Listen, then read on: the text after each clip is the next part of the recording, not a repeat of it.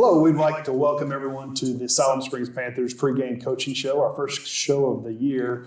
We're going to have a weekly show to kind of give us a recap of last week and what we're going to be facing this week. It's a great opportunity also for head coach Doug Loughridge to share his message and his vision for the team. My name is Schoonover. I will be doing the live stream this year with head baseball coach Andy Lloyd and head boys basketball coach Tim Stewart. We look forward to the opportunity. Love high school football and look forward to working with Doug on a weekly basis. I have a lot of respect for the man and have a lot of respect for the direction that I see our program going in year two. And Doug, I guess this leads us to week one of the show. And I think this week's a little different than what it will be in the future because you kind of get an opportunity for the first time to share your vision and your message with the Panther Nation. And, I'll hop right in. Do you have anything before we get started, kind of what you're thinking? We're beginning year two now, and we've kind of got our feet on the ground, and we've got kind of a routine, and our players know the direction that we're going, and our coaches know the direction we're going, and just to have that set and the expectations set where the players know what we're trying to do and how we're trying to do it. So that gives us a little bit of an edge this year that we didn't have last year. We were still kind of drinking from a fire hose this time last year where we were just trying to get everything in as fast as we could. So we've had a year to get everything implemented, to get staff hired, and for the kids to get used to us and kind of get in our routine and be able to do things that we need them to do in our program. I hear what you're saying, and I saw it last year. Last year you took some big steps that hadn't been seen here in a few years. Your team not only broke a long losing streak that you inherited, but also competed on a weekly basis. And so as you talk about the mindset of your program, I think every head coach, as they go into the season and go into really a program itself as you build it, there's different phases in the program as you build your program. So last year, can you talk a little bit about what the goals were last year and now moving into this year, the direction that you're looking this year? Well, last year, at this point in time last year, we were still sitting at 0-27, and no one knew when we were going to break that losing streak. So that's why it was so important to get that first win last year. It had to do it on the road, had to do it in the rain, and just the excitement that came from not only those seniors but all of our players and our community.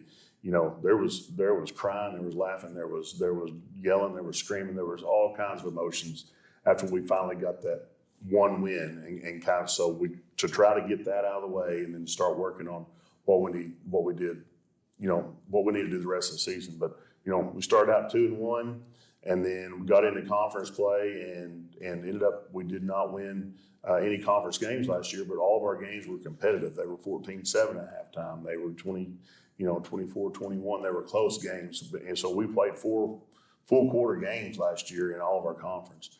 Going into this year, the first thing we want to do is we want to win our non-conference games. We want to have a winning record come out of that. We'd love to be 3-0, and that's kind of what we set our goals on. We've got different goals this year. We got our win last year. Now, the first thing we want to do against Rogers Heritage this year, we want to win that game at home. It's been 4 years since we won a home game.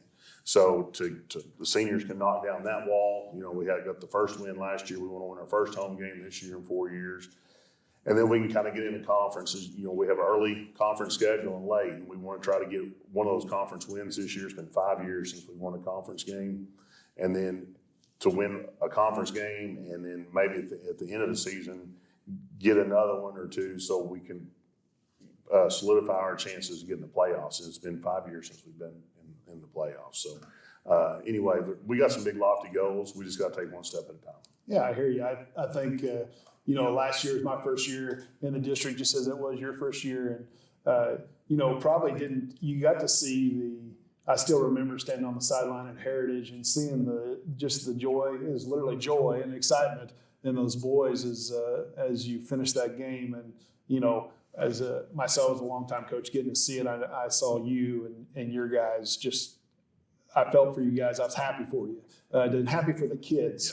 Yeah. Because people on the outside, they don't understand the grind that the kids go through and as the coaches go through. And I was just happy in the direction that you opened up the season with last year. Moving forward to this season, I know that oftentimes as a coach, in order to get to the finish line, you break the season up really starting back in January. I'd like you, if you could, tell everybody kind of as you break the year up into phases, leading all the way, to the goal. I think at the end of the year, we always put the goal to make that run in the playoffs. That's always, the goal at the end of the year. Obviously, we build a program to get to that point, but we still operate in the same way. So if you looked at phases, starting in January, you come in, new team, new year, kind of how do you break up the year in a phase? Well, football doesn't start in August, anymore. We're used to come to 2 days. That's when football season started. This is a year-long deal, and we start right after the semester when we get it, day one when we get back from Christmas break. And, the cold winter months are big for our off-season program. We're real big with lifting heavy and running fast and getting the nutrition that we need into our kids to try to bulk and gain weight to get our kids bigger and faster and stronger. So from January to March is kind of that phase, just trying to get our kids as big and fast as they can get. As we get after spring break, we kind of start getting into some football stuff, slow fundamentals and things like that to try to start working with quarterbacks and things like that we can do still at that time of year. And then we start bringing them in early mornings at 6 a.m. to get our installs ready for spring ball. We start in April after spring break coming in, and we have about 12 install practices just getting ready for spring ball. And then when we get to this spring ball, when all other sports are over with in May, we have 2 weeks to go out there and get after it. First time we get to see our ninth graders live with our senior high. And then we get into the summer, which is our workouts, and then it kind of gets into our competition season where we can have 8 competitions in summer. And we did ours this year with lineman camps and 7-on-7, and I'm very proud of the kids when they played. We went to Washita Baptist this year and played some really good teams and had a good tournament, got to the semis of that tournament. Went to U of A, which we saw some really, really good teams and didn't play as well there, but the level of competition was outstanding. And then we hosted our own where we ended up winning our pool and being the number 2 seed and got beat in the second round. So just that competition during the summer grooms us to get ready for fall. And now going into fall camp, which we just got out of, that's another grind within itself, getting ready for the season and now getting into the actual season and getting into that routine. So that's finally where we're at. It's game week and we're getting into game season routine. Okay. One of the things I like to come around every once in a while as far as and see what you guys are doing. And, I love the atmosphere. I love the positive mindset that you guys have as a coaching staff. I see the culture in your kids. We got a bunch of high character kids. I can see that when I am around. I enjoy being around them, coming over when I get to slip over from the administration office and take that break every once in a while. But I see it. I see the build of the program, and I see from year one when I got here and just how the bodies look different, truthfully, after a year in your program. And really we have some other sports as well right now with our men's basketball program that buy into the weight room. So we got some crossover kids there that we're seeing positive things from. And then obviously we've got Andy Lloyd coming in. I saw him this summer completely buy in with his kids as far as really buying into multi-sport athletes. And I think it's going to be a good marriage between you and Coach Lloyd because you guys are both into the weight room. And I think we're going to see some positive things out of that as far as for the future. One thing I want to ask you, because I know it's so important for any program, is staff. And I know that you've really, just what I've stood back and I've watched, you've done a great job of putting together a great staff. And it looks like you've been very purposeful. I think sometimes there's 2 ways people put a staff together. There's some people that are kind of order takers and whatever comes. And then there's a different mindset where we look at kind of the pieces that we need and we fit those pieces. So if you could talk about just as, with the openings that you had on your staff this year, kind of how you were intentional in putting the right pieces in place and talk about, the overall staff itself and some of the new faces that you have on the staff. Well, dating back to January, we already had one spot that we had open from the year before that we hadn't ended up filling. So I knew we were going to fill that, and we're going to fill that with an offensive coordinator. So that was the first thing that we had to try to find early because, again, those spots go fast. So we were able to bring in Eric Marsh, who Eric coached and worked for me and coached for me at Alma. He was on the offensive side of the ball for me. He coached on the defensive side when I was a coach, and then when I was athletic director, he was there the whole time. Just does a great job, not only coaching football, but he's a great mentor to our young men and a great leader. But we had to set that spot first. And then as the spring went on, we had several coaches go to different spots and all that. So we were able to kind of build that staff first. We hired Nathan Hahn, who was a GA at Hendricks. He's a Northwest Arkansas guy, and he was ready to come back to this part of the state, and to get him on that side of the ball has been very, very big, because he's a guy, he's kind of a Swiss Army knife. He's all over the place. He's a great offensive guy, defensive guy. He's running our special teams this year, and he's very passionate about what he does. So to get Nathan here, and then we got Jackson Bray, which Jackson had played at UAM, was a GA there at UAM, and had been at Cumberland Presbyterian when he decided to get back into high school football, and he was at Gentry last year for 1 year. So he was on our radar the whole time, and to get him here as our offensive line guy really, really helped for us to get him in there and really have he's very passionate about offensive line, and to have some ownership over that. And John Johnson, who's the old head that's been here the longest, he's still our head ninth grade, and he's coaching running backs on that side of the ball. Defensively, with building that offensive staff, I was able to stay over the defensive side of the ball where I needed to be. And Kirk Benson's back for his year 2, and he's got his defense in. No big changes scheme-wise with him. He's just getting them to run as fast as they can. So with he and I, and Colton Bowerman, who is was one of our middle school and high school assistants last year, we moved him up into a secondary role. We hired Chris Stafford, who Chris comes to us. He's a Lufkin, Texas native, and he played at Arkansas Tech. So he rounds out our defensive staff. So we got a bunch of young guys, and they're passionate, they're energetic, and they bring a lot of positive energy to the room and a lot of great ideas. So we're very excited about our staff, and it's really fun to come to work every day. Yeah, I see it. I think there's nothing better than, first of all, I think you have a bunch of high character men in your room. I think that your background speaks largely for itself. I know that people here in the community might not even know your past as far as your background of winning state championships and being part of state championship caliber teams.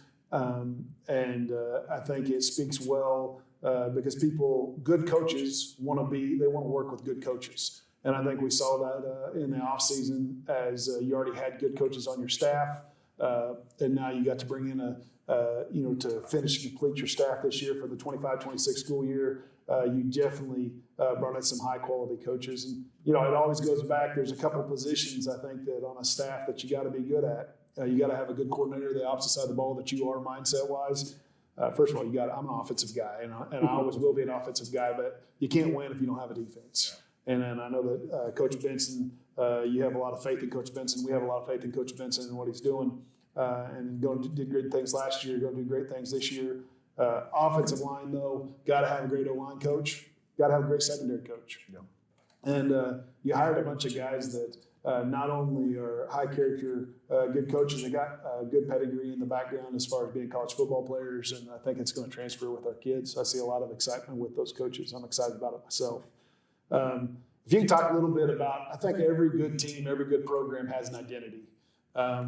Could you talk a little bit about the identity of this team? Tell us about the identity that you are starting to see develop in this team, both on the offensive and defensive side of football. Well, the number one thing we want to do is be physical, and we want to be physical on both sides of the football. And, that's the thing that this time last year we were still trying to preach. We still weren't there yet. We didn't run the ball the way we needed to on defense. We didn't hit the way we needed to. We didn't tackle the way we needed to. And all that came with the way we practiced. So setting those expectations and filtering out the kids that could do it the way we wanted to and the ones that physically couldn't. So we've identified those guys now. We feel like on defensively we play with our hair on fire. We run the football. When you see us making tacklers, 6, 7, 8 guys at the ball. So we feel like we set that identity. Offensively, we want to be physical as well. We want to run the football, and I think we proved that last year. We could run the football, and I think we're going to be even better at it this year. We're probably as big as we've been on the offensive line in a while. We got some really good backs. We got a good young quarterback who's a runner and a thrower. So we've got all the makings offensively to do some different things with packages and stuff like that to be able to do things we want to do. So the identity we want to have is to be fast and be physical and to play every play as hard as we can. And that's kind of the philosophy we bought into with the coaches and with the kids. I see that. I see it on the practice field. and I have no doubt that we're going to see it this season with your team. We can talk about staff, we can talk about the program, but at the end of the day, it comes down to Johnny's and Joe's. And can you tell us a little bit about your players? You're starting out with your upperclassmen, some of your leaders that you have as upperclassmen on both sides of the ball. Tell us some of the kids that you're going to be counting on, the young men you're going to be counting on this season. Well, defensively, we got quite a few guys back up front. We got Isaac Calderon, Stuart Schoonover, Boaz Benson are all guys back on the defensive line. We've got about 6, 8 guys we can rotate there. Connor Robbins, Marcus is another one that comes in who's a little bitty guy, but he's just worked his way into the starting lineup. And those guys control our defense. They make our linebackers better, which makes our secondary better. So having those guys up front control the line of scrimmage is very important. Linebacker-wise, we made a move. Jack O'Brien was an all-conference safety last year, and we moved him down to our shark position, which is our outside linebacker hybrid position, and he's able to play a lot faster there this year. And Ryan Estacio, which Ryan was started last year as a sophomore and got every rep. So having those guys back there, and then on the back end, we have Cole Pittman back, which started all games for us last year, and Jackson Anderson. Both those guys are playing safety. So, and they're playing like they are year 2 in the program. So to have those veterans back on defense has made our job a lot easier this year as coaches. I'm sure that you see it just in now you're no longer in an install phase when you have those kids coming back and filling the spots that they competed in last year. It's just a different mentality as you prepare for the season. From an offensive side of the ball, who are going to be some of your staples, some of your bell cows? Offensive line-wise, we returned 2 starters with Josh Jimenez and Cisco Suarez. Both those guys are back and were big components of our offensive line last year. We have Stewart back and Boaz, who both played some tight end. They're able to relieve each other some defensive duties by doing that. Running back-wise, Mason Short is back and Ryan Estacio, which were 2 guys that got a lot of carries last year. And then receiver-wise, we have Hudson Loughridge back, who plays our outside position, and then Jackson Anderson is also a slot. Which kind of rounds out our offensive guys we got back. We're breaking in a 9th grade quarterback this year, which is kind of, we knew probably going into this what we were going to do, so we've trained him along the way to get him to the point to be able to play, and he's just done a great job with our offense, and he's been able to take it and run with it. Yeah, absolutely. He's definitely a young man that has a lot of talent for the future.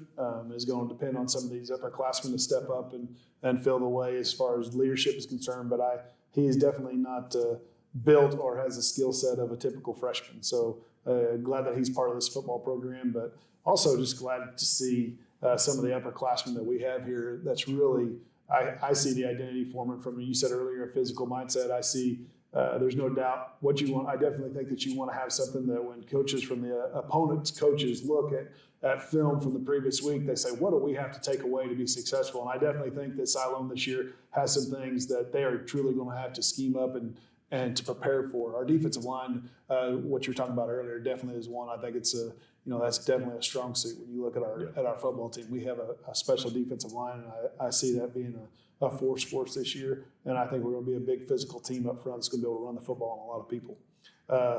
When it comes to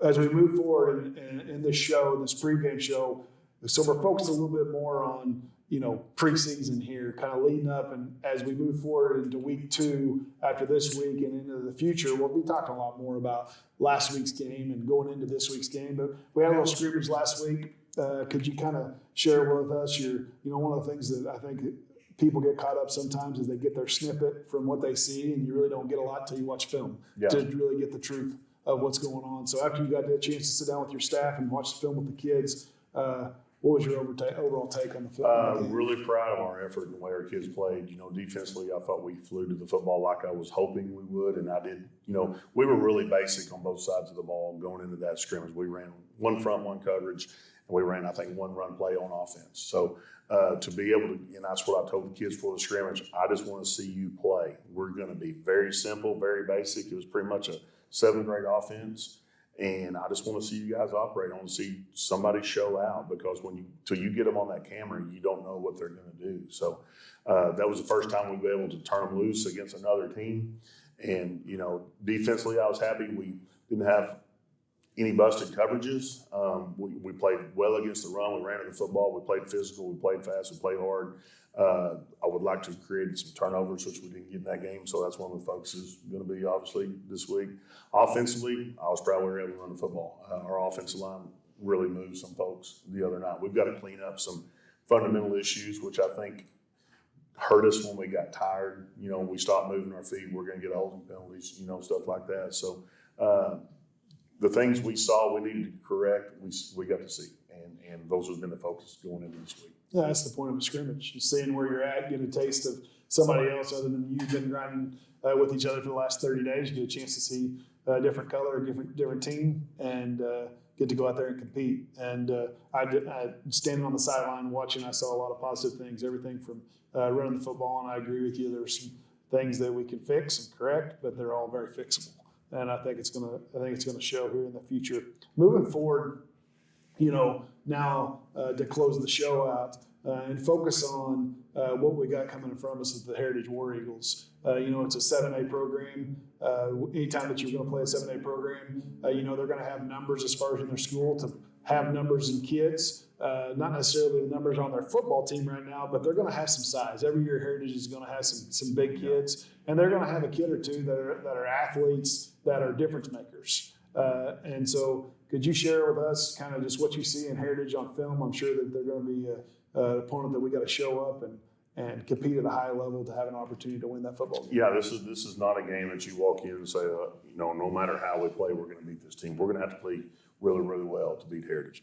They're big, they're fast, they're physical, they do a good job running the football. Eric establishes his identity of running the football. He's a Malzahn guy, so he wants to do those things. Defensively, they're very basic, but they're sound. They're going to play an even front, and they're going to play, a soft coverage, try to keep everything underneath and try to make us snap the football. But they're not going to beat themselves. We're going to have to do what we do, and that's line up, build, run the football, and be fast and physical. And we've got to create turnovers defensively to try to give our offense a short field to make some plays. But another big part of this that you don't know going into week one is the kicking game. Like, you don't get to see their kicking games besides what you saw last year. So Coach Hahn and I have been scrambling around trying to figure out what we might see and just preparing for everything. So the unknown there is always a worry, going into that first game. Absolutely. And I agree. Coach Munoz is a great coach, has done a good job at Heritage, and I know he's going to bring a team this year that's going to compete. They're going to play hard, and they're going to be a physical football team. I have no doubt. It is interesting. You leave a scrimmage and go into the season, and there's always little nuances that week one, you got to be sound in what you do, because sometimes there's some unknown in what you're seeing in the competition. Coach, one thing that I'd like to do week in and week out, I don't know if do you have a goal board or anything like that with your team as far as offensive, defensive things that you're focusing on, that you feel like at the end of the day, if we do these things well, these 4 or 5 things well, we're going to see success. Do you have anything like that? We do. Obviously, offensively, no turnovers. We can never turn the ball. We want to limit penalties. We want to average, however many yards per rush. So what we want to do there. So those things like that are some things we look at offensively. Defensively, we want to stop the run. Obviously, is our number one goal. We want to play fast, play hard, and we want to create turnovers, obviously, on that side of the ball. And then such things we want to end every offensive drive with a kick, whether it's a field goal, a punt, or an extra point. And to be able to do those things, and we've got a new kicker this year with Nahum Aguilar, who's a senior from the soccer team. He's been out there working, doing really well. It's first year he's ever kicked a football. So doing the things with him, working the different kickoffs and the extra points and the field goals has been really big. But you can't get beat in the kicking game. We can't get blocks. We can't have fumbles. We can't have substitution errors. All those things are things that we look at going into those areas. Week in and week out, I'd like to plug back in when we do the recap from the previous week and just ask, where you felt you were in those goals and doing the things. Coach, I can't wait. Number one, I have just enjoyed getting to know you as a coach and as a person at a much higher level since we both came to Siloam Springs. I see great things for the future. There's no doubt that we have a great man and a great leader for our football program, and we got a bunch of great high character kids that are ready to compete and really take the program to the next step. Thank you, Coach. Thank you. Good luck.